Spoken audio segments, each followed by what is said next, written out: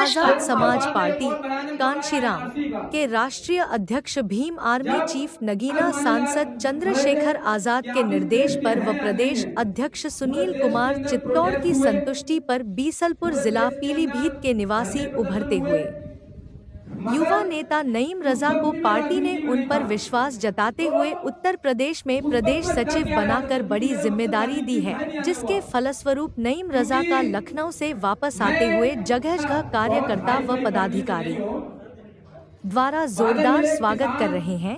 इसी क्रम में आज नईम रजा अपने शहर बीसलपुर के नगर कार्यालय पर पहुंचे तो भीम आर्मी भारत एकता मिशन के हजारों कार्यकर्ताओं व पदाधिकारियों के द्वारा नगर कार्यालय पर स्वागत समारोह में फूल मालाएं पहनाकर उनका भव्य स्वागत किया गया। स्वागत करने वालों में मुख्य रूप से बरेली से आए प्रदेश संगठन सचिव राजेंद्र सिंह गुर्जर, भीम आर्मी पीलीभीत के जिला अध्यक्ष सौरभ भारतीय, बरेली के पूर्व जिला अध्यक्ष डॉक्टर दुर्वेश अंसारी, बीसलपुर तहसील अध्यक्ष हरीश गंगवार, गुरपाल सिंह, सेक्टर अध्यक्ष अवधेश कुमार गौतम, मोहित, सुखपाल सिंह गौतम, देवदत्त गौतम, पूर्व नगर अध्यक्ष इमरान अंसारी, शमशुल अंसारी, अरशद मंसूरी, मैशाद अली, मोहम्मद हनीफ सलमानी, शानू कुरैशी, जावेद खान, शोएब अहमद, सलमान खान,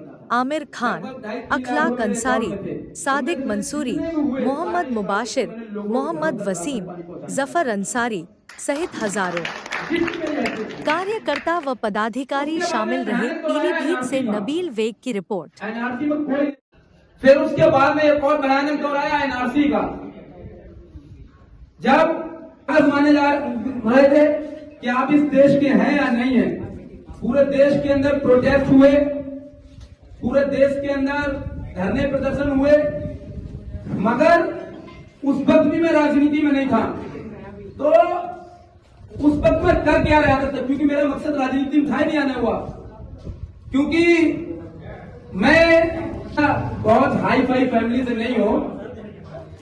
फादर मेरे किसान मजदूर कह सकते हो और अपना एक बिजनेस करने वाले रहे हैं। हाँ, उनका एक लाख लाख शुक्रिया अदा ये करूंगा कि उन्होंने अपने सारे बच्चों को पढ़ा लिखा करके इस काबिल बना दिया कि आज तुम लोगों की आवाज बन करके हर जगह बोल रहा है। सबसे पहली बात ये कि जब मैं पार्टी में राजनीति में नहीं था, तमाम ऐसे प्रकरण हुए एक के बाद एक, मगर कोई बोलने वाला तैयार नहीं। मैं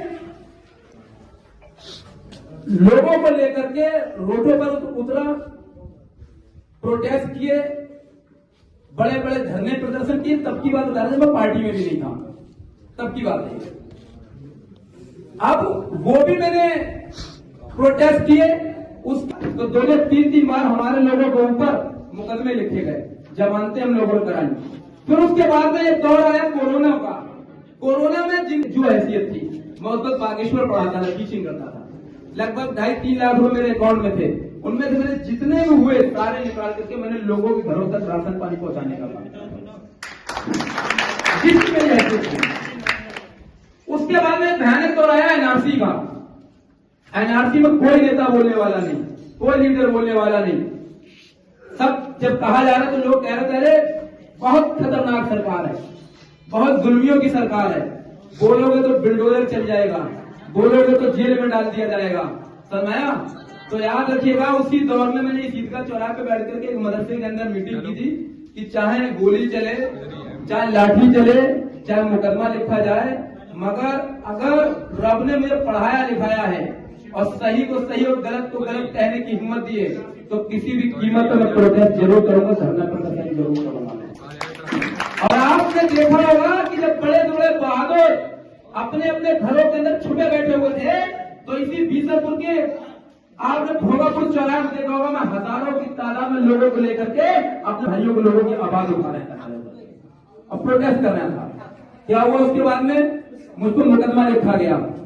30-31 दिन के लिए मेरे 4 लोगों को घर के जेल में डाला गया, जेल भेज दिया गया।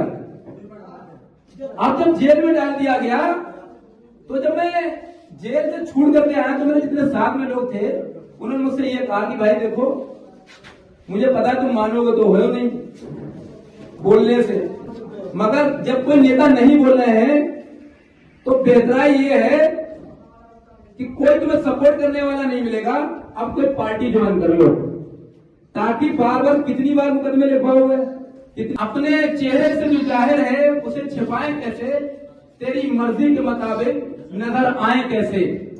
और घर सजाने का तसव्वुर तो बहुत बात का है, घर सजाने का तसव्वुर तो बहुत बात का है, पहले ये तो तय हो कि घर बचाएं कैसे, पहले ये तो तय हो कि घर बचाएं कैसे। और उन्हीं वसीम बरेलवी साहब की दो लाइनें और तो भीम आर्मी वालों के लिए है डेडिकेट, कि लाख तलवारें बड़ी चली आती हो गर्दन की ओर, लाख तलवारें बड़ी चली आती हो गर्दन की ओर, अरे सर झुकाना नहीं आता तो सर झुकाएं कैसे, सर झुकाना नहीं आता तो सर झुकाएं कैसे।